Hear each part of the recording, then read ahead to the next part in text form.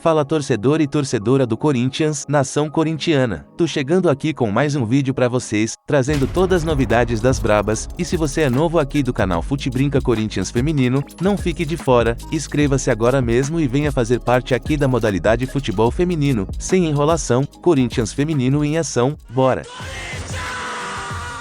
Então vamos com as notícias do Corinthians feminino. O Corinthians divulgou a abertura da venda dos ingressos para a estreia da equipe no Campeonato Paulista Feminino, contra o São Paulo.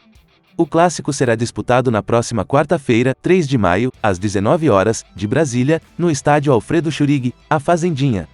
Como de costume, as vendas serão realizadas de maneira escalonada, sendo abertas primeiro para o fiel torcedor, no caso já está à venda pessoal. O Corinthians chega ao clássico depois de sofrer sua primeira derrota da temporada, para o Internacional, por 2-0, em jogo válido pela 8ª rodada do Brasileirão Feminino.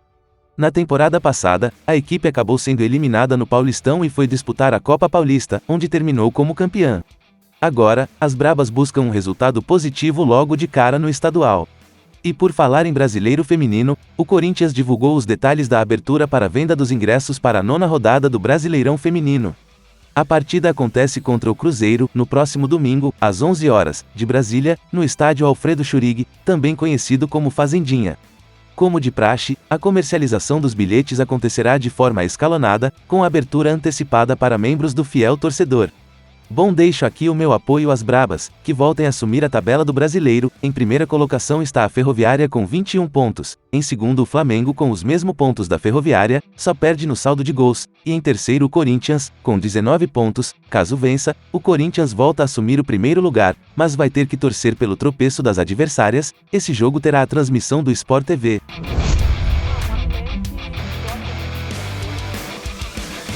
Fizeram uma pergunta no canal perguntando, nem notícias das meninas não temos mais, e por que será? As brabas do Corinthians seguem treinando normalmente para o jogo de domingo.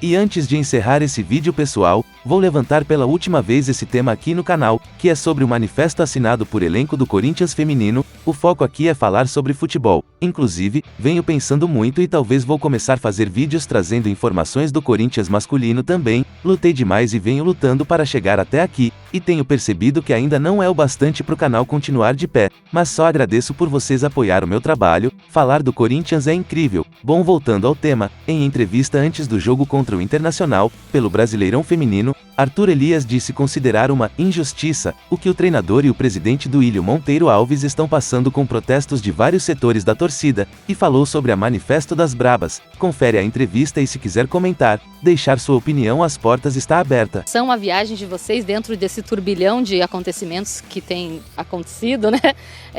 Dos protestos, enfim, da manifestação das gurias. E como que foi essa preparação, se isso mexeu com o psicológico do time ou não? Como que vocês vêm para essa partida contra o Inter? A gente vem para a partida como a gente sempre entra, para tentar honrar essa camisa, fazer o melhor dentro de campo. Sabe que vai encontrar dificuldade pelo time do Inter e também pelo gramado hoje, né? Mas eu tenho certeza que a equipe está bem preparada, os treinos foram muito bons para a gente conseguir o nosso objetivo, que é vencer o jogo. Em relação ao assunto, acho que é importante mesmo colocar, é uma oportunidade que eu tenho de tentar aqui explicar melhor, né, para o nosso torcedor, para a sociedade, algo que ficou muito mal entendido, porque quando a gente trata dessa forma um assunto, né, o tema que foi levantado com a contratação do Cuca, foi levantado um tema, né, importantíssimo para a evolução da nossa sociedade, né, e o futebol ele reflete isso. Então eu acho que é um tema que sim, tem que ser falado, né, e tem que ser levado de uma forma justa, né, e eu acho que isso que não aconteceu, porque o grupo de atletas quis fazer um posicionamento sobre esse tema, né, e se você lê o posicionamento, não é nem só sobre o tema, elas falam de maneira geral, né, dos direitos, né, elas se orgulham do que é vestir essa camisa do Corinthians, né, está muito claro no texto. E não foi nenhum tipo de manifesto, não foi nenhum tipo de protesto, né? As meninas não personificaram em nenhuma pessoa, né? Então não é na figura do Cuca, não foi na figura do nosso presidente de maneira nenhuma, só que há uma interpretação, né? E que foi muito mal interpretada, acho que tanto pela imprensa, quanto também talvez pelas pessoas, né, os torcedores, e eu acho que isso tem que ser corrigido, né, porque foi apenas um posicionamento de um grupo de mulheres, né, acima de tudo elas são mulheres, que têm o direito de se manifestar, que o nosso próprio presidente, o Cuca, falaram, e se manifestar de uma forma muito respeitosa dentro do cenário, né, dentro do tema qual foi levantado. Eu acho que a injustiça ela vem por quê? Porque o clube contratou o Cuca, que é um treinador super vitorioso, experiente, um dos melhores que a gente tem no país. O Cuca se diz inocente, né? O clube investigou isso, né? Teve esse cuidado, o Duílio conversou com as jogadoras, conversou comigo também.